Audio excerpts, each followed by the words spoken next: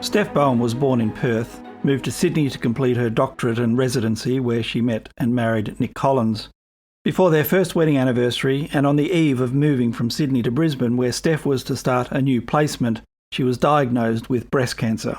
Today, Steph and Nic deal with the ups and downs of living with cancer, and they join Wilderness Conversations to share their story.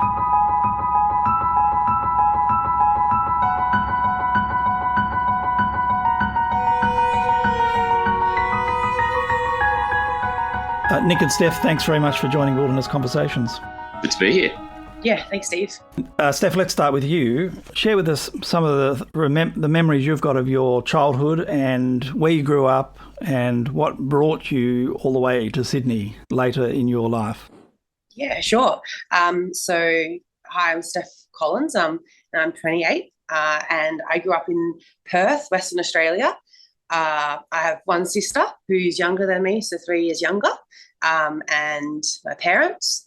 And I grew up in a suburb called Como with all my cousins in the same suburb, which was fantastic. So we spent our childhoods roaming the streets. Back then, there was no concern about safety. So I think my parents waved goodbye to me in the morning, and you'd meet your cousins and go down to the local park with your bikes and, yeah, play goodness knows what throughout my childhood. Grew up very close to my family down there with lots of cousins and support.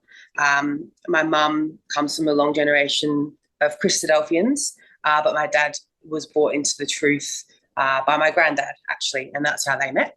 And we grew up in quite a small meeting, which was very lovely. So the benefit of growing up in Ascot, which was a lovely meeting, was that you had great connections with different generations of people, all the oldies and role models for kids. But there weren't many people your age. So I think my cousins were the closest to my age. As I reached teenage years, my parents really prioritised me making it across to conferences, Bible schools, and those Christadelphians gatherings on the East Coast. Back then, I was one of the only Perth people, and it was quite intimidating, but it was really fantastic because that's when I really started to meet other people and to go from a small meeting and a small youth group to lots of people my own age, and people that I really connected with from Adelaide and Sydney mainly. So you were obviously baptised at some point. Do you reckon the association you had with other young people had a big part to play in that, or? Yeah, definitely. And I think that was really vital in not only baptism, but then consolidating that faith. I think the reason that I ended up moving to Sydney or applying for medical school interstate was that while I did love Perth, I just connected a lot more with the young people interstate. So when I finished school, I did get baptised when I was about 19. It was after the result of 2 car accidents when I got hit by a car twice on 2 separate occasions. And that really showed to me that really when I got hit by a car when I was cycling, it really showed me the futility, I guess, of life and woke me up as a teenager to the need for something more. Well, just on that, you were cycling. So Was this a passion of yours? You were quite an athletic sort of. Athletics was a keen passion of yours, or sport. Yes, so it was the sport was a big part of our life. I did swimming and then triathlon and cycling. So spent a lot of time doing that growing up, and even traveling around Australia doing that. Well, I remember you coming to our house when you were a bit younger, because I think you were competing in Sydney. Yeah. So I think that was probably we did cross paths a few times over the years, and that was one of the times. We did, and I also do remember that because of the connections between you and my parents, when I came over to interview for medical school in Sydney, you very kindly hosted us, hosted me, which was really awesome to be introduced to Sydney that way. Must seem like a long time ago for you now. Yeah, it was. And definitely the story of how I ended up in Sydney is what I see as like a God moment. I was getting towards the end of my undergraduate degree in sports science, I didn't make it into medicine off school just because I got hit by a car that year, and that affected my grades. So I did sports science for 4 years, and then I made the decision that, from a spiritual perspective, I was struggling a lot. So I applied to all the different medical schools. I really wanted to get into Adelaide, and they rejected me. And then, I got an offer to Sydney. I came over, stayed at your house, interviewed, and was very lucky to get accepted to University of Sydney. And so that's how I made the move across the country. So you must have, that's a huge commitment, and you must have really wanted to do that. What drove that passion to go back to school? You've just done 4 years of school and you want to commit to another 4, 5, 6 years. Yeah, it's kind of a hard one to answer just because of the recent circumstances. Becoming a doctor is a very big sacrifice. At the time, I was really, really passionate about it. And I'd seen the impact that doctors had on my life through the motor vehicle accidents. It was an area that my brain just worked well in. Things did come a bit easier to me than some other people. But it was really the being able to give back and help other people that motivated me to apply for medicine. Can I just ask you a bit more about the motor accidents? How old were you? And obviously many people have had accidents on bikes and so on, but you've had 2. Just walk us through that. That sounds horrendous. Yes, I'm really lucky. You don't really want to be crossing the road with me. So in year 12, I was just cycling one day with my dad, and the sun had just risen.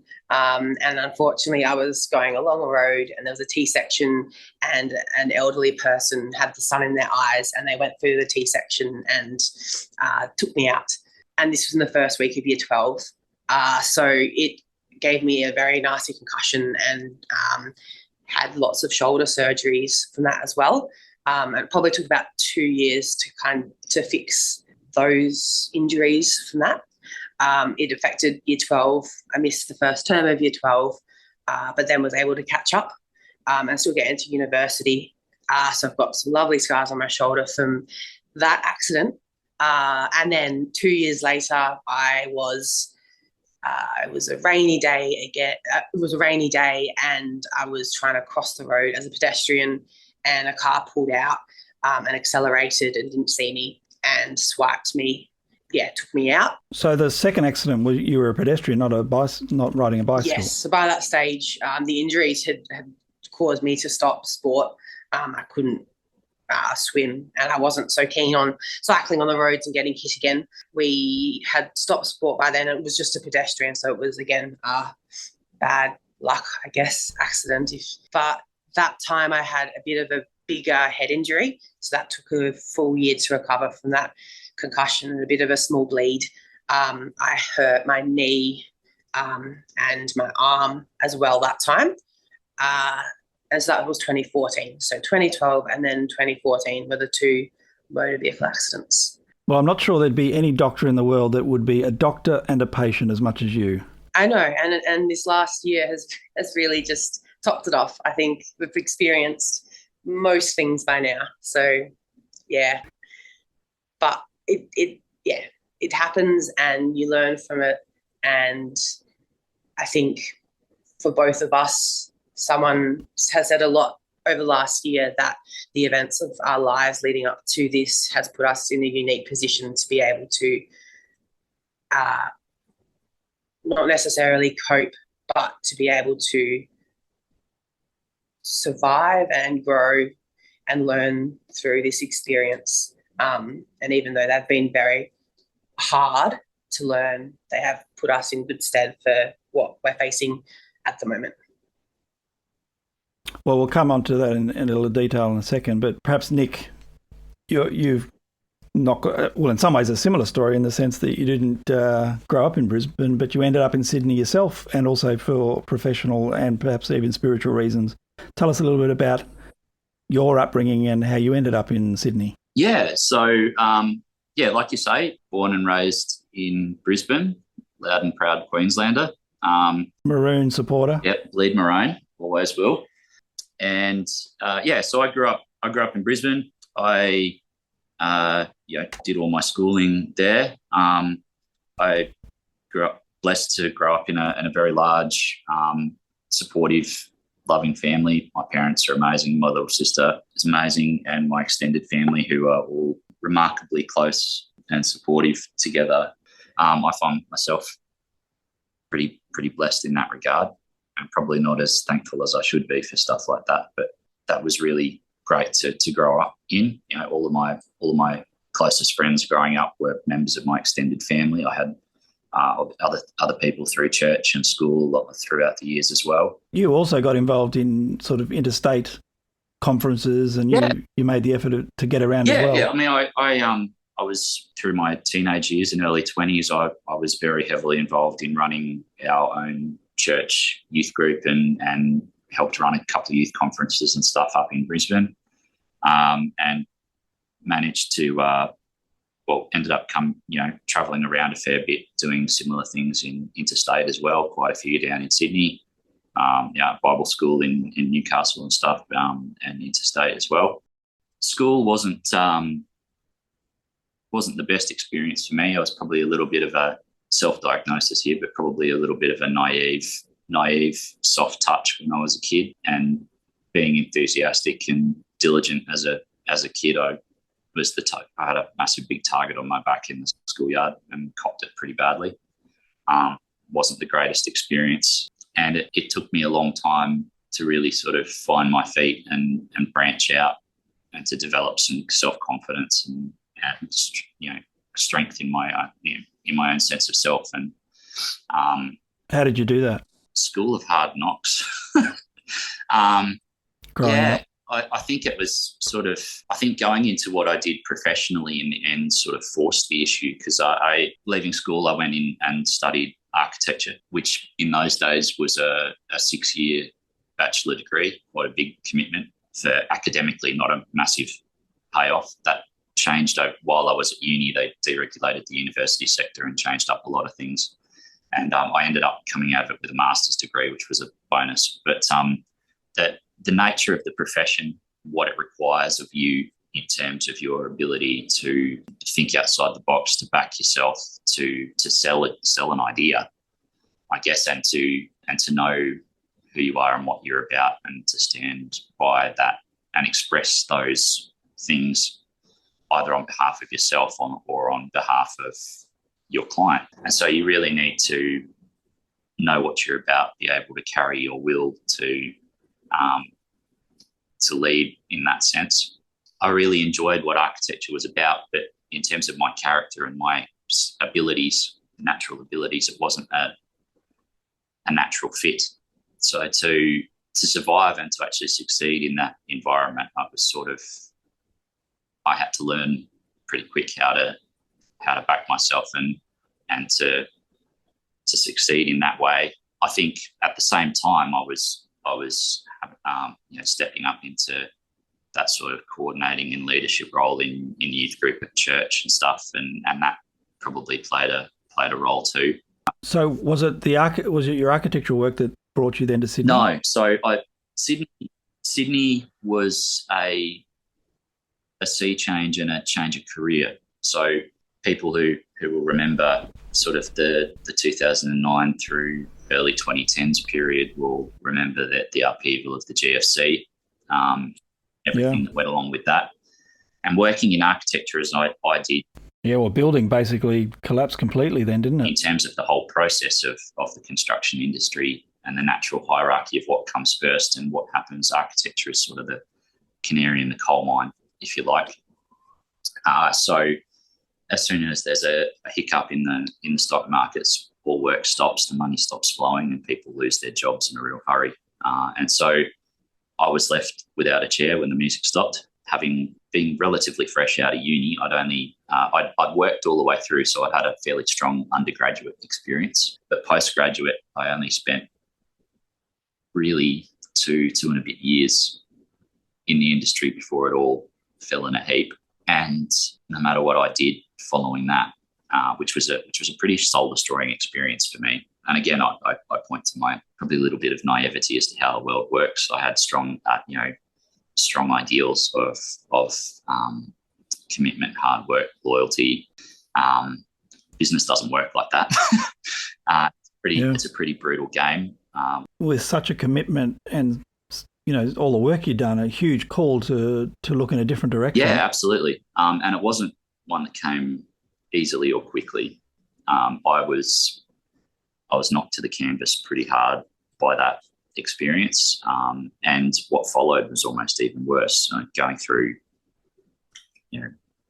nearly 12 months of continual job searching with a few sort of explorations into different things along the way to earn a buck. But basically, I stopped counting it. I think it was 350 or 400 job applications that I put in without any successful response. The closest I got was a phone interview, and the guy I was speaking to at the time said, "Yeah, look, mate, you're competing against guys with 25 years industry experience who are offering to work for free for the first 3 months. Good luck."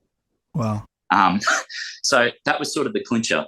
At that stage, Steph talked about God moments and some sort of providential stuff. That was the trigger for me to look a bit more broadly and really assess my circumstances. So I had a turning point in my professional life.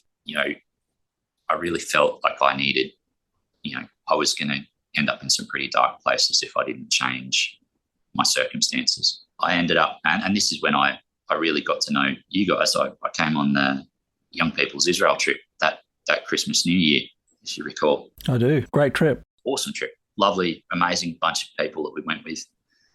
Amazing things that we got to see and do. And it was over in over in Israel, actually, that I found out that I'd been accepted into university in Sydney.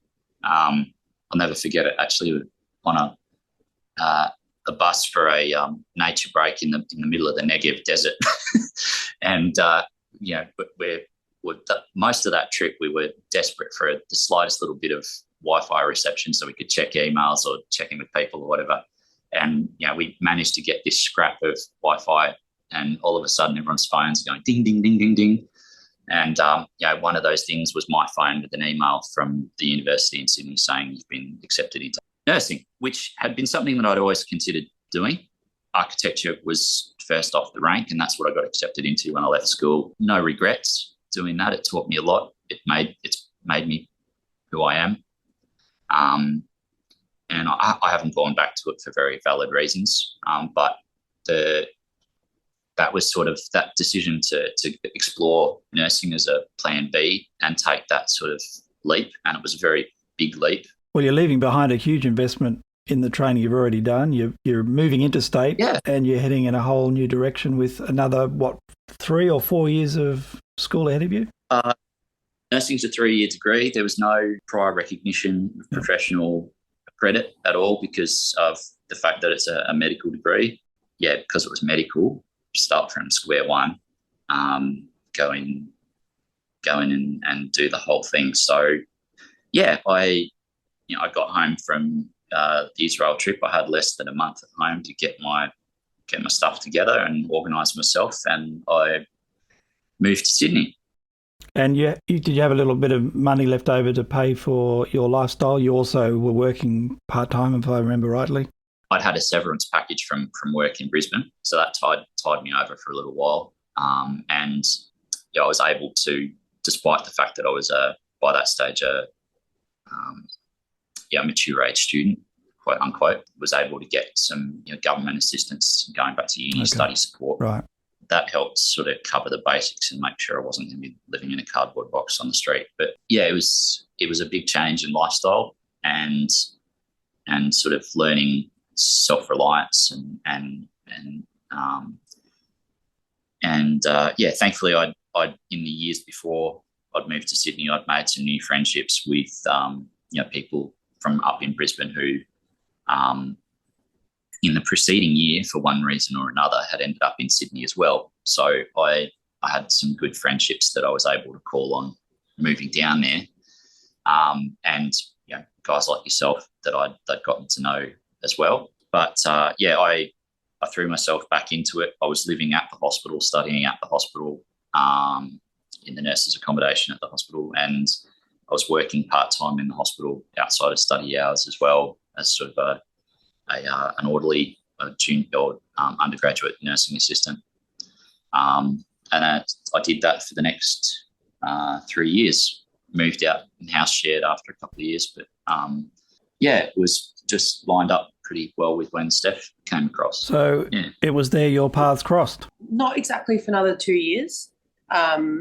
When I moved to Sydney, I literally only knew really one person, and that family was very lovely and adopted me as kind of their other daughter. And so I always had friends there. I immediately fell in love with Riverwood, and from the very first Sunday that I turned up to Riverwood Ecclesia, it just felt like home. Which I'm so lucky that had happened, especially for the reasons moving to Sydney as well. It was just to have such a solid group of young people there, my own age, was a bit overwhelming to start off with, but then also you had all the different generations too who all also adopted me. So I have lots of grandparents, lots of mum and dads in Sydney, who all helped. So even though I was a long way from Perth, that really helped. And there I stayed at Riverwood for the next couple of years. So I was very lucky to fall, I guess, into that environment. Whereas Nic was at a completely different meeting and probably didn't meet you for another 1 or 2 years. So I'm not sure who to ask, but was it love at first sight, or did it actually take a while? It took a little while, and I'll be brave and put it out there. I wasn't the instigator. Steph was. That's not what she told me. So I probably met Steph. We met for the first time, not at church as such. I don't think. It was just at some our friend's birthday party, and we were just mutual acquaintances.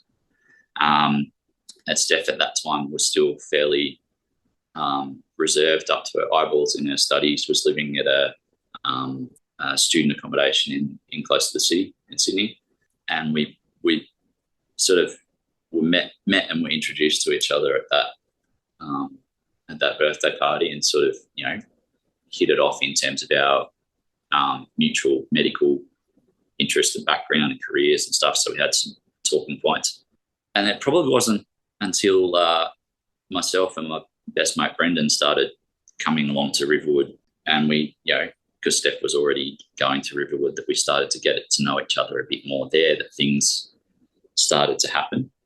And Steph was the one that actually invited me out for coffee, not the other way around. So she saw something in me and went on that. So, and things developed from there. So it's a great story. And you were married, I actually looked it up, you were married on the 16th of January, 2022. Yes. Yeah. COVID marriage, or the tail end of COVID. A small number of people present. Yes. Yeah. We had to keep it pretty tight. We were dealing with border closures and. Yeah. So we've got Queensland that shut down, and you're from Queensland, Nic, and then we've got WA that was shut, and your family's all in WA, and you're having a wedding in Sydney. Like happy days. Happy days. And Nic proposed during the height of COVID lockdown in his backyard. Yeah, circumstances dictated that it was quite a unique experience, and no conventions were followed. Even to the point that I'd chosen what I wanted as a ring for Steph, but there was no way that I was going to be able to get it in time to actually propose to her when I intended to. So I had to make it up as I went along, and I actually made what I was going to. Sounds like an episode out of MacGyver, but I made what I was going to propose to her with out of cable ties. So the ring, quote unquote, that I proposed to her with was made out of cable ties, with the clip part of the cable tie looking like diamonds or whatever. Sounds magnificent. Do you still have that, Steph? Yeah, I got a lot of messages from people asking if I had a black stone as my nice black diamond. Yeah. So it was, all of our communication still at that time was, over Zoom or photos or on, sent on sent on to WhatsApp groups or whatever. And so we got all these, very inquisitive, innocent investigations of, oh, that ring looks amazing. Is that onyx? Or, what's it made of? That's incredible. But yes, the real ring came later, and thankfully she was of a very similar mind as to what, what she wanted and what I'd had in mind and what I was trying to get for her. So that worked out all right. But what are your memories of that first year of marriage? Because it probably seems like it's only 2 years ago, but it must seem like a long time ago. We had a wonderful wedding with about, how many guests? 30, including the wedding party. It was pretty small, pretty tight. We hired a lovely guest house out near the Blue Mountains for the weekend with a cute barn. It was a very hot day. It was Brisbane weather. Disgustingly hot and humid. And we had planned a three-piece suit. Yeah, it's poor choice. Three-piece suit to get married in on the hottest and most humid day we'd experienced in Sydney for quite a while. And we had a lovely wedding day, even with some wardrobe malfunctions. That was hilarious. This is funny. My wedding pants, I'd gone and bought them and promptly forgotten about them, left them in the suit bag until the day of the wedding, pretty much. Not tried them on again in the intervening time. Pulled them out to run the iron over them the morning of the wedding, and the security tag was still attached to the back pocket. And this is about an hour and a half. Is that one of those ones you pull off a least purple dye or something? Magnet for, and if you muck with it, it drops ink all over. One of those things. So white pants too. There was a lot of running around by people trying to find a store that was open that would be able to get rid of it, and we were buying, playing for time, and it was just, things got a bit tense, and I had to wear my best mate, my groomsman's pants for the pre-wedding photos and meet up and stuff, and then change back into mine when they got brought back to me from wherever they'd gone unsuccessfully to try and get this tag off. Oh, so they didn't get it off. I got married with the tags attached to my pants, and we've got this classic photo from the photo shoot afterwards of me with my butt to the camera pointing at this thing with all of the wedding party around me with various pulling various faces and pointing at it. So it was it was a bit of a lighthearted moment, but of course some stress beforehand. So it was a lovely wedding day, and we jetted off to northern New South Wales because of COVID restrictions, and had the most beautiful honeymoon up at Mount Warning. So had a road trip up there, and despite it being rainy season, spent a week at the beautiful place up there. And then we came back down to Sydney for our first year of marriage, which was great. Very, very busy. Very busy. So I was in my second year of being a doctor by that stage. And as a junior doctor, you work really crazy hours. You're working every second weekend, depending on the rotation. You move hospitals every 10 weeks. So every 10 weeks, you're adjusting to a new workplace, new part of Sydney, new people and everything. And quite often my days were 10 or 12 hours. We also got introduced to night shift. So Nic and I were often on opposite schedules because Nic worked Monday to Friday. And the weekend work was also quite challenging as well, especially with Sundays. So quite often I was working anywhere between 50 to 70 hour weeks, which really took its toll physically on me. We tended to make it work by really making the most of it. So if I was on night shift and Nic was on a morning shift that day, we would, have dinner together and spend that time before heading off. Or if I was finishing a night shift and Nic was on an afternoon, we would have breakfast together. But the time that we did have together was definitely very valued. And I think because there wasn't a lot of it, to be honest. It was, we were like ships in the night a lot of the time. I remember you coming to the meeting still in your scrubs. You come straight from work often. Quite often that was the only way Steph could actually make it, was she'd come off a night shift and come straight to church. Or, I'd do a Sunday afternoon shift, which I was quite lucky that at my hospital there's a lot of Christians who went to Sunday evening church. And so I said, I'll take the Sunday evening shift so you can go to church if I can go to church in the morning. So I'd make church and then literally just leave straight from church for a 12-hour PM shift on a Sunday. So that's how it worked. I think the real challenge was when we bought a house that year in September. That was really transition to start to move up to Brisbane. And that week I was on night shift and Nic was on days, and we signed the contract and then had to do all the processes of buying a house, and we barely saw each other, and it was a huge challenge to get all that stuff done and communicate. So the first year of marriage was full of what we would say normal human stress of not seeing each other a lot of takeout because we were working crazy hours, and Nic was getting hammered with his job as well. To fill in the gaps, I graduated uni. I did my first year out sort of learning the ropes as a nurse in a similar way to doctors do, rotational system through various parts of the hospital over the course of a year. And I found myself at the end of it working in operating theatres. So that's what I do to this day. I'm what they call a scrub nurse. So I'm in there with the surgeons on a day-to-day basis, cutting people open and sewing them up again, and looking after all of the instrumentation and policing sterility around a surgical situation, and various things like that. I also help with anaesthetics, putting patients to sleep and waking them up again. And in my role at the time and at the hospital I was at, in that COVID environment and that post-COVID environment, very stressful, dealing with high workload, low staffing numbers, significant skills deficits, and everyone being pushed beyond their limits. So Steph was getting work to the bone. I was getting work to the bone.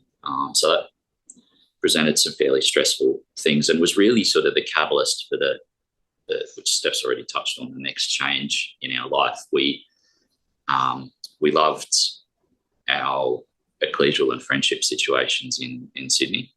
That was awesome. That was really working for us, but nothing else really was. As we sit here talking about this, is all this cost of living. Yeah, Sydney's expensive. There's no getting away from it. It was, absolutely ridiculous. It still is, obviously. So was that one of the catalysts for the decision to move to Brisbane at the end of that year? Yeah, and both of us. Life was very expensive. We were renting. We didn't see a path out of that. It wasn't going to be an easy path to home ownership or having any sort of financial stability in that sense, and having something sort of concrete behind you. We're both really conscious that we were burning out pretty quickly, that it was unhealthy for our spiritual life, that it was unhealthy for our relationship, and that we really needed to create for ourselves a circumstance where we could have a bit more balance in life and prioritise the things that we wanted to prioritise. At the time, we still had, we had aspirations of home ownership. We had aspirations of starting a family, and so we didn't see that being achievable. And the biggest motivation was also family. So Nic's family was up here, and with COVID, at the start of COVID, our first nephew was born, and despite seeing him on FaceTime every single week, he was now 3, and we'd seen him twice, and he knew us on the phone, but that was it, and we couldn't get up here a lot of times. So I think the fact that we were missing him growing up was a huge motivation to move back to Brisbane. But as Nic said, it was a really hard realisation, and a lot of prayer went into it. it started at the start of the year, and we kind of said that we would make some movements towards setting up a potential move. As a doctor, it has to be kind of, you move jobs so frequently that the next application cycle for the following year it kicks off in March. So you've just started your new job in January and you're starting to apply for the next year in March. So that was when we said, look, we'll start to look for jobs for me, and kind of pray about it and see what God kind of, says. And if things get hard and it doesn't look like it's working, we'll stay in Sydney. But otherwise we'll... And you were accepted, weren't you? You got a job in Brisbane. By July, I had a job in Brisbane, and that was one of the first signs, I guess, or, it was very easy to get a really good job up here. So it was the end of the year that you finally decided to move, I think almost right up to Christmas. Yeah, so Steph got offered the position up here, which was quite attractive, and like she was saying about sort of reading, the way we decided to look at it was, if we met resistance in what we were trying to do, that was a sign that we should probably be looking for other pathways, and if things fell into place, that we would just run with it.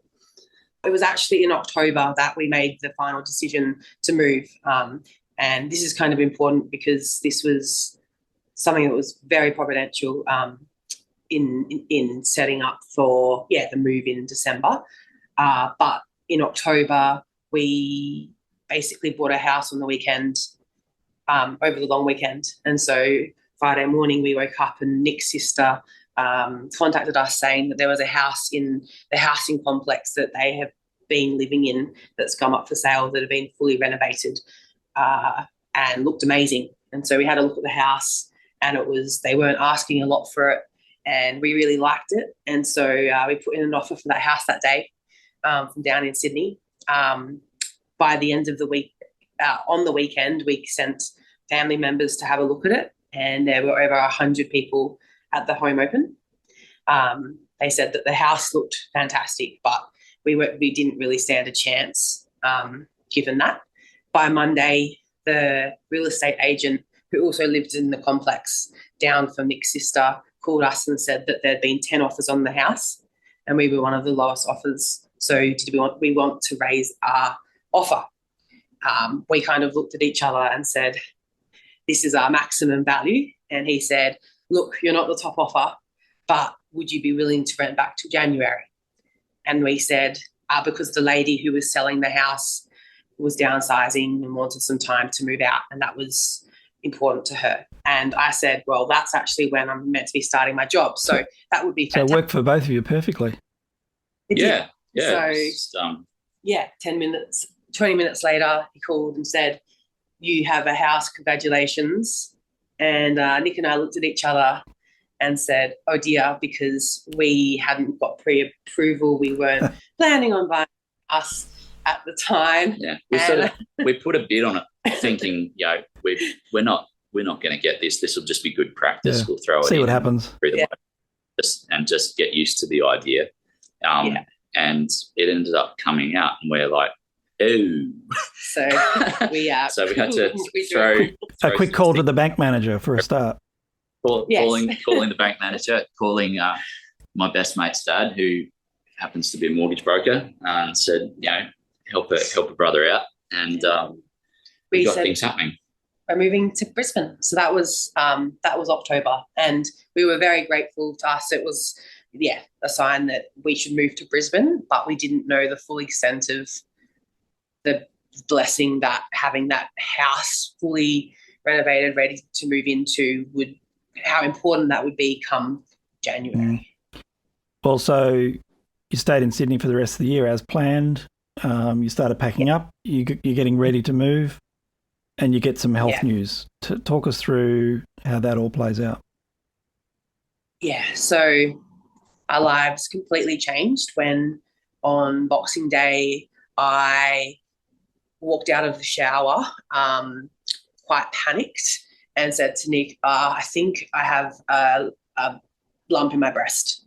And Nic kind of had a feel and said, I agree that it feels like there's a lump. I am a doctor. And so we think worst case scenario, even though you do know the logic. And I knew at age 28, the chance of this being something that was innocent was so high. So the chance of it being cancer was 0.01%. But that's immediately what my brain went to. So thankfully, I have a husband who is male and logical. And he said, Steph, the chance of this being nothing is very high. It was Boxing Day, so everything was shut. A good friend of mine from my old meeting was actually just about to start cancer treatment as well. And the next day we were going to meet her. So that was also in my mind too. We didn't get much sleep that night. I saw the GP the next day, and she reassured me that, again, the chance of this being something bad is very small. So we continued to pack up. The next day, I went back to work because I had 2 more shifts left of work and got fitted in for an emergency ultrasound. Immediately, as I saw the pictures on the screen, I knew that it wasn't good. I don't know how I can say that because I'm not a sonographer, but I just knew. So they did a biopsy at that time and said, this will come back in 2 days. And I walked out of there and rang my surgeon friend and said, my breast surgeon friend, and said, I think I need some help. I'm pretty sure that this is cancer. Gabby is amazing, and she's a surgeon that Nic works with, and she's the most lovely human being ever. And she kind of reassured me and said, I know that you're moving to Brisbane. I've got this. I'm going to chase the results for this. So it's Wednesday. If you're planning on driving up on Friday, still do that, and I'll call you as soon as I get news. For context, Gabby, our surgeon friend, was on holidays with her family at the time and was doing this all remotely, working all of her back channels behind the scenes, calling people back in off holidays to do pathology screens and tests and stuff. So she worked amazing miracles for us. We're so grateful to her. But it was a horrendous time, so stressful, and the apprehension. We were really lucky that Nic's parents, who are just absolutely amazing, they were in South Australia at the time, and they cancelled their holiday and drove to Sydney to help us pack up. We were lucky we'd hired movers, so that took that stress out. But they helped pack up the house and get the exit clean done, so that on that Friday, I found the lump Monday, and on that Friday we packed up our car and started the drive up to Brisbane. We made it about 2 hours in before Gabby called and said, pull over, is Nic there? I've got some news for you. And then she said the words, I'm so sorry, Steph, but you've got breast cancer. And that's just when our life completely changed. I think we were outside Tari at the time. Yeah. Just a couple of hours into the trip, driving along the Pacific Highway, and to get that news in the middle of nowhere, pulled over on some random stopping bay on the highway, was the sucker punch of all sucker punches, I guess. We were both just completely floored, numb, really. Yeah, and that's kind of all you can kind of take in at the time. Gabby, at the phone call, organised a lot of things and said, we don't know anything more. She said, you have cancer, but we don't even really know that it's breast cancer yet. It's going to take a few more days. This was Friday going into New Year. So she said it's going to take a while to get all the information. And that started the worst week, I think, of this whole incident, with the waiting. I'm not very patient, and it was horrific. So Gabby started to organise all of the scans that were needed. And she said, continue up to Brisbane. We'll fly you back for staging scans for the cancer, because we have to wait for the test results. So we continued up to Brisbane. We stopped off and saw our friends at Crescent Head at the time, and we were just completely numb. And the next week was, complete. It was a nightmare. I didn't really sleep. I couldn't really eat. It was our first wedding anniversary, and we had booked a few nights in the city. I actually, again, moving to Brisbane, I didn't know anyone except for Nic's sister and brother and his parents and one other person. So we were really lucky that people up here took us under their wing, and we were distracted by cricket and going to the train museum with our nephew and tennis. But every single hour of the day I was waiting for those results to come back. And the following week, as we were about to fly back down to Sydney, they came back that this was the highest grade, the most aggressive type of cancer, the hardest to treat. And I needed surgery ASAP. So this was Thursday. We were going to fly back to Sydney on Friday, have scans Friday, and then have surgery Monday. Well, I know the trip to Sydney didn't go quite as planned. We might take a break there and pick up the story in the next podcast. Steph and Nic, thanks so much for joining Wilderness Conversations. Our pleasure. Thanks, Steve. Thanks for having us on.